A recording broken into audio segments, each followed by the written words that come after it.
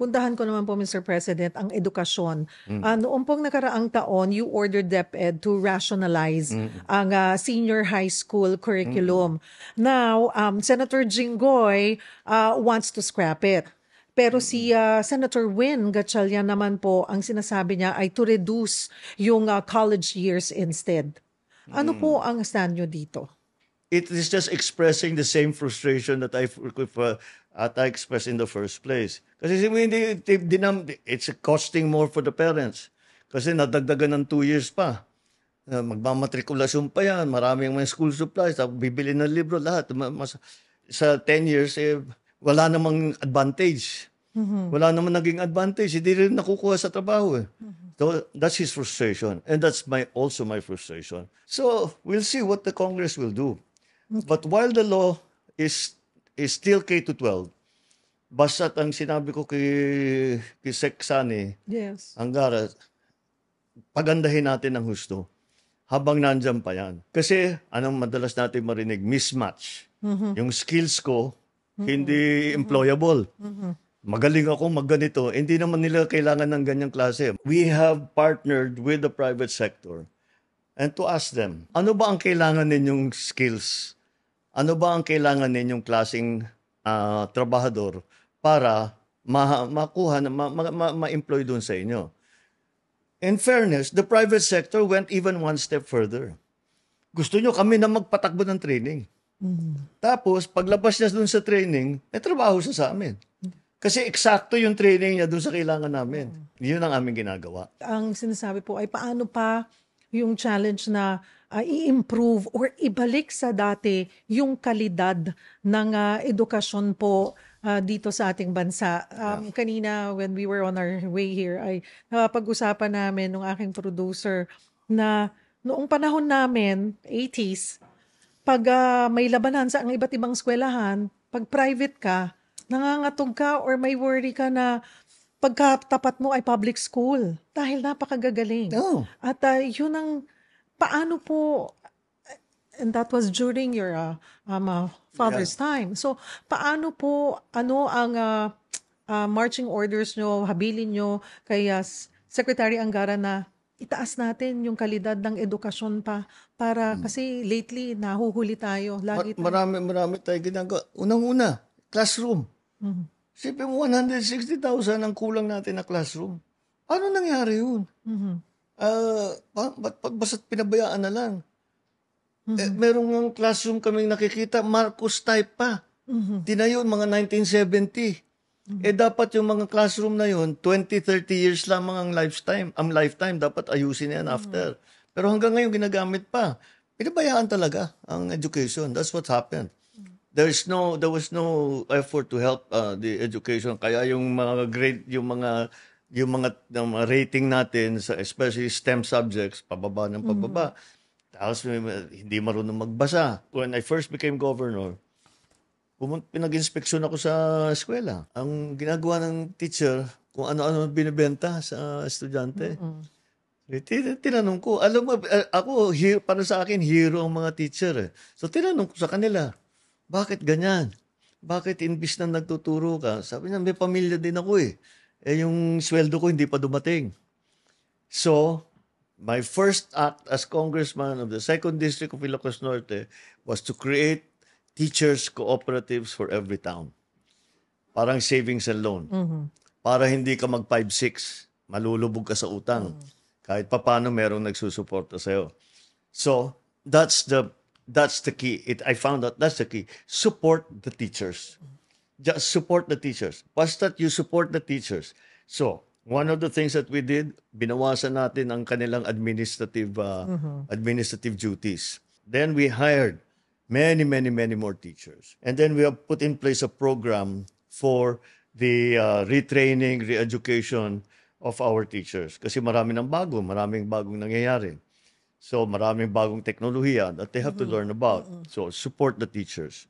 That's number one. We have entered into a program to rebuild and to build more school buildings. Ginawa na namin PPP. Kasi kung gobyerno lang ang gagawa, kakaunti lang ang magagawa natin. But again, in fairness to the private sector, Very cooperative sila. Naglalabas talaga sila ng pera. Very willing sila na tumulong. There's another problem. May performance audit at the end of the year para sa mga teacher. So pag sinasabi, kalahati ng klase mo, bagsak, mahina kang teacher.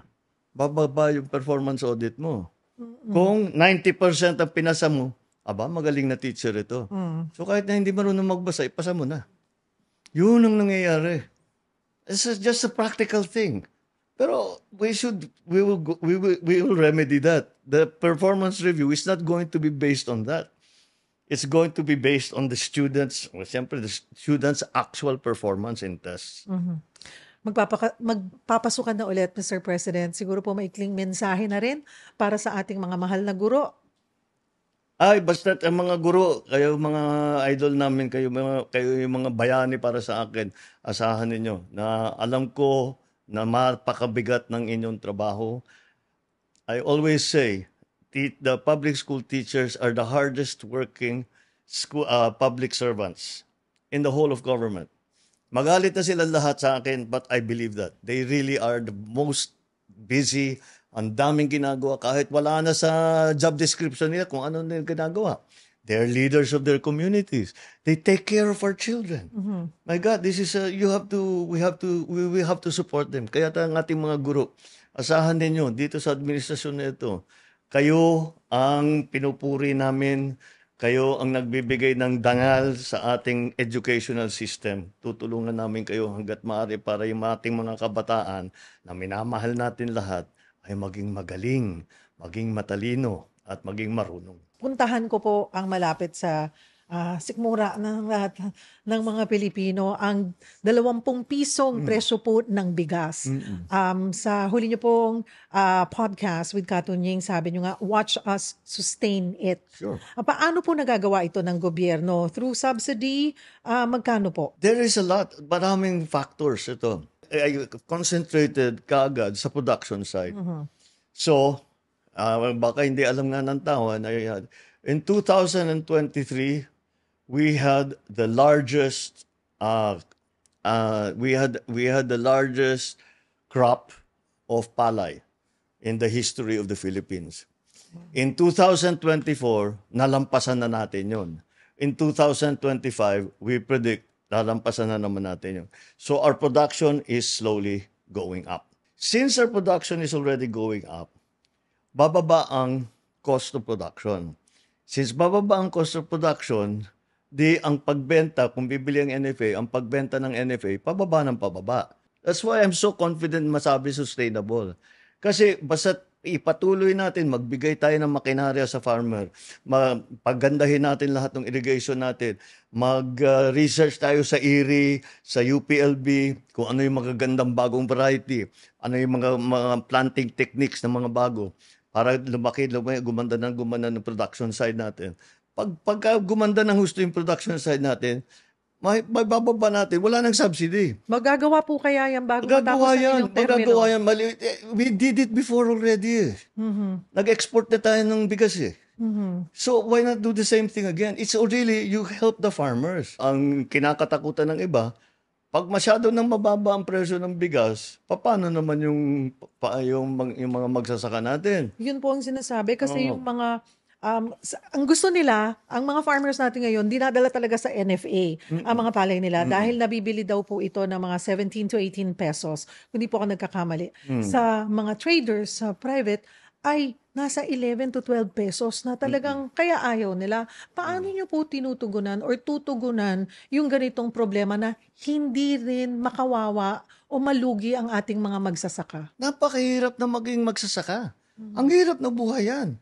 Ang bigat ang trabaho niyan. Nauubos tumatanda ka na maaga dahil sa nagsasaka ka. We have to support them. So, kahit ano pa ang mangyari sa presyo ng bigas na ipinagbibili natin sa mga palengke, hindi natin ibababa ang buying price ng NFA. Never bababa yan. Sa kadiwa ng Pangulo, available po ang 20 pesos na bigas. Pero ang apela po siguro or paabot ko na rin po sa inyo, Mr. President, na sana mas madami daw na kadiwa stores o kadiwa ng Pangulo ang nasa kani-kanilang mga lugar. Mm. May mandate na po ba tayo na kung parang pwedeng health center yan, damihan nyo ng ang mga kadiwa stores? Let's go further. Ang nangyari kasi ngayon, we are in partnership with the LGUs. Eventually, I'm looking at a proposal na next year, wala nang contribution ng LGU. Ang contribution lahat sa national government. So sa ngayon, we are providing the volumes that are sufficient for 51% of our population. That's for now. And hopefully, we will bring it up to the point that bigas for all. It will all be 20 pesos. Hintayin natin yan, Mr. President. Pareho tayo. Puntahan ko po ang inyong pagkakatalaga kay bagong PNP Chief General Si Torre. Personal choice niyo po ba yun, Mr. President? In terms of the police, isa lang ang iniisip ko, that people are safe. Now, it's like Caesar's wife. You're not just safe. It's not sufficient that you are safe. You must feel safe. Even if the statistics are telling you crime rate is down, drug seizures are up, that's not enough. People should feel comfortable to walk in the night around their neighborhood, that they can send their child to the sari-sari store. Yun ang kailangan. Kaya ginawa namin, and I saw si Nick Torre is effective at that. And so that's why we, in the end, we chose him for PNP chief. As a matter of fact, very soon after he assumed the position of Chief PNP, we instigated already this new program of Cops on the Beat. And nararamdaman na kagad. That's the only way to regain the trust. And that's the only way that people will feel safe. Well, whatever, kahit anong mangyari dito, si patrolman ganyan-ganyan, nandyan lang yan. Isang tawag lang, tatakbo na rito yan.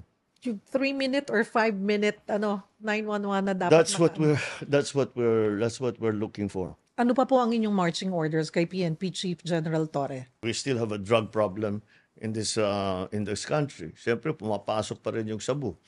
So, sabi ko continue to pero yung hulihin niyo yung malalaki at saka puntahan ninyo yung kung saan pumapasok. Yun ang isara natin. And we're slowly doing that. Ito ngayon, sinabi ko sa Coast Guard at saka sa PNP, bantayan na ninyo kasi ayokong bumalik sa merkado yan.